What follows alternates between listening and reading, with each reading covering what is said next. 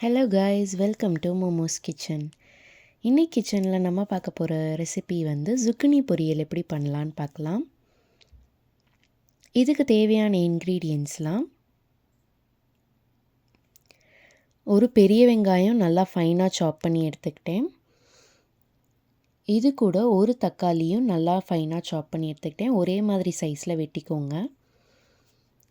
அப்புறம் நான் 3 zucchini எடுத்திருக்கேன். இந்த மாதிரி நல்லா எந்த சைடும் அடி இல்லாத மாதிரி வாங்கிக்கோங்க. நம்ம ஏன்னா தோலோடு தான் நம்ம சமைக்க போகிறோம், இதுக்கு தோல் எடுக்க மாட்டோம். ஏன்னா அது கூட 2 பச்சை மிளகா, அப்புறம் ஜீரகத்தூள், கரம் மசாலா, மல்லிப்பொடி, அப்புறம் மிளகாய்த்தூள் எல்லாமே நான் ஒவ்வொரு டேபிள் ஸ்பூன் எடுத்திருக்கேன். மிளகாத்தூள் மட்டும் அரை டேபிள் ஸ்பூன் எடுத்திருக்கேன். ஏன்னா நம்ம சில்லி பவுடரும் சேர்க்க போகிறோம், க்ரீன் சில்லியும். இப்போ zucchini நம்ம சும்மா இந்த மாதிரி க்யூப்ஸாக நறுக்கிக்கலாம். இது குக்கும்பருக்கும் பிரிஞ்சாலுக்கும் நடுவில் இருக்க மாதிரி தான் இருக்கும். இது ரொம்ப நல்லா டேஸ்டியாகவும் இருக்கும். ஸோ நான் க்யூபாக நறுக்கி எடுத்திருக்கேன். இப்போ ஒரு பேன் எடுத்துக்கோங்க. இதில் 3 டேபிள் ஸ்பூன் அளவுக்கு எண்ணெய் விட்டுருங்க. எண்ணெய் நல்லா காஞ்சதுக்கப்புறமா 1 டேபிள் ஸ்பூன் கடுகு, 1 டேபிள் ஸ்பூன் அரை உளுந்து, இது கூட கொஞ்சமாக ஜீரகம் சேர்த்துருக்கேன். நம்ம ஜீரகத்தூளும் சேர்க்குறோம், அதனால நான் கொஞ்சமாக தான் சேர்த்துருக்கேன். கருவேப்பிலையும் நான் இது கூட சேர்த்துருக்கேன்.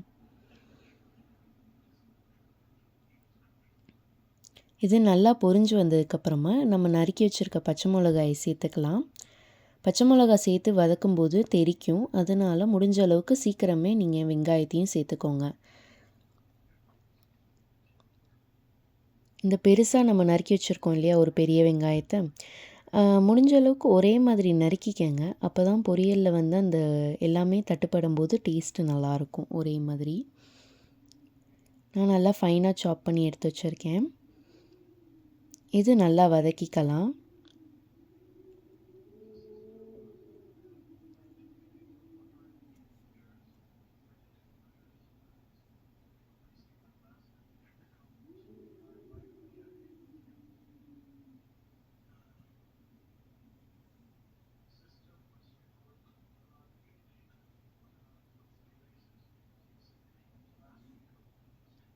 நம்ம எப்போதும் எல்லாத்துக்கும் வெங்காயம் நறுக்கிற மாதிரி தான் இதுக்கும் நம்ம நறுக்கி நல்லா வதக்குவோம் இல்லையா, டிரான்ஸ்பரண்ட்டாக வர அளவுக்கு வதக்கணும்.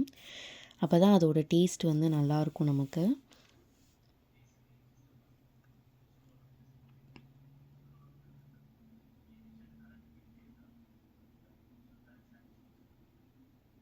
இது கூட 1 டேபிள் ஸ்பூன் அளவுக்கு இஞ்சி பூண்டு பேஸ்ட்டு சேர்த்துருக்கேன். இன்னொட்டு நல்லா கான்சன்ட்ரேட்டடாக இருக்குது, அதனால் அந்த தண்ணி பதமாக இருக்காது இஞ்சி பூண்டு பேஸ்ட்டு. அதனால் நான் 1 டேபிள் ஸ்பூன் தான் சேர்த்துருக்கேன். உங்கள்கிட்ட கொஞ்சம் தண்ணியாக இருக்க மாதிரி இருந்துச்சு அப்படின்னா 1.5 டேபிள் ஸ்பூன் கூட நீங்கள் சேர்த்துக்கலாம்.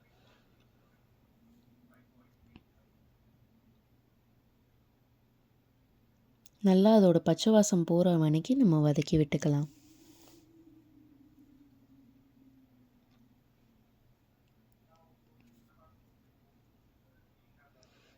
இப்போ நல்லா பச்சை வாசம் போனதுக்கப்புறம் எல்லா மசாலாவையும் சேர்க்கலாம். ஜீரகப்பொடி 1 table spoon, 1 table spoon garam masala, 1 table spoon மல்லிப்பொடி, இது கூட அரை டேபிள் ஸ்பூன் மிளகாய்த்தூள் சேர்த்துருக்கேன்.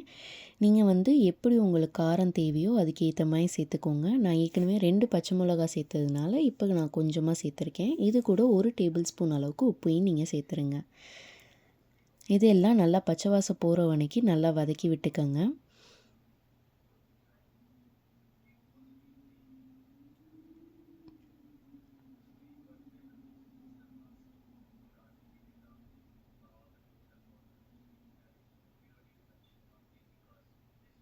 நான் இன்னும் தக்காளி சேர்க்கலை, இதெல்லாம் பச்சை வாசம் போனதுக்கப்புறம் தான் நான் தக்காளி சேர்க்க போகிறேன். இப்போ கொஞ்சம் நல்லா ட்ரை ஆகிடுச்சு. இப்போ நம்ம தக்காளியை சேர்த்து நல்லா மசிச்சு விட்டுக்கலாம்.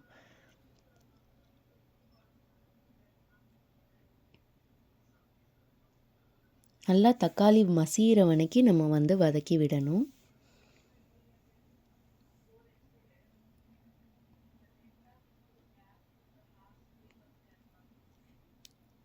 தக்காளி மசியும் போது அதில் இருக்க தண்ணி கொஞ்சம் வரும்.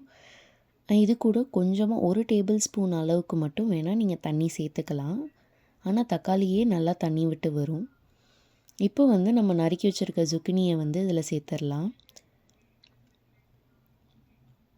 சேர்த்து நல்லா அந்த தக்காளி வெங்காயம் மசாலா வந்து அதோடு சேர்கிற அளவுக்கு நல்லா வந்து பெரட்டி விட்டுருங்க.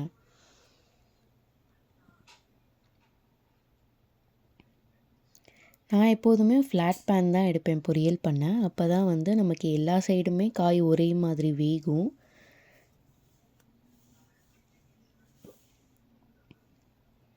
இந்த மாதிரி நல்லா வந்து zucchiniயோட மசாலா சேர்கிற அளவுக்கு நல்லா வந்து பெரட்டி விட்டுருங்க.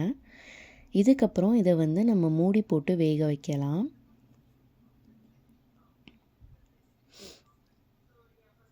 நல்லா இந்த மாதிரி ஸ்ப்ரெட் பண்ணி விட்ருங்க. ஃப்ளாட் பேன்னா நீங்கள் மூடி போட்டு வேக வைக்கும்போதும் எல்லா பக்கமும் ஒரே டயத்தில் ஒரே மாதிரி வேகும். அதனால நல்லா ஸ்ப்ரெட் பண்ணி விட்டுருக்கேன் நான் பேனில்.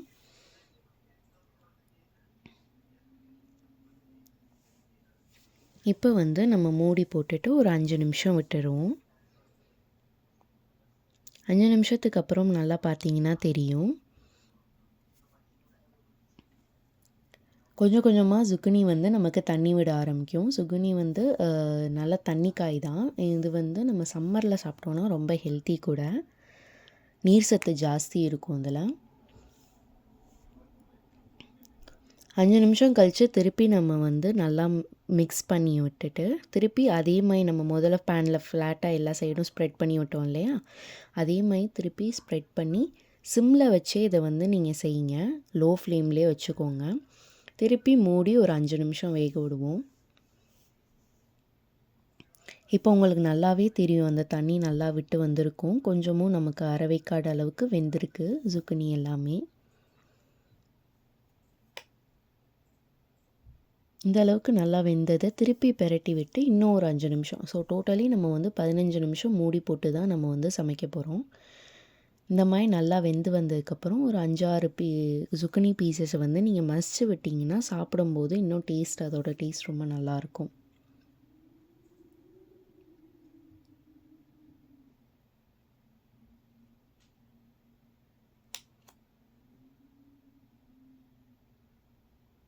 இப்போ நல்லாவே வந்து ரெடி ஆயிடுச்சு. ஒரு பீஸ் வேணால் நீங்கள் சாப்பிட்டு பாருங்கள். இன்னும் கொஞ்சம் உங்களுக்கு வேகணும்னு தோணுச்சு அப்படின்னா நீங்கள் வந்து திருப்பி 5 நிமிஷம் மூடி போட்டு வேக வச்சுக்கலாம். ஆனால் 15 மினிட்ஸ்லேயே உங்களுக்கு வந்து நல்லா குக் ஆகி வந்துடும். அவ்வளோதான், நம்மளோட zucchini பொரியல் ஈஸியாக ரெடி பண்ணியாச்சு.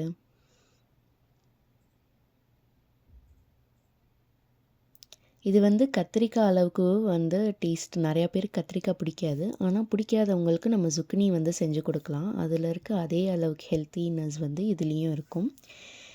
And that's all.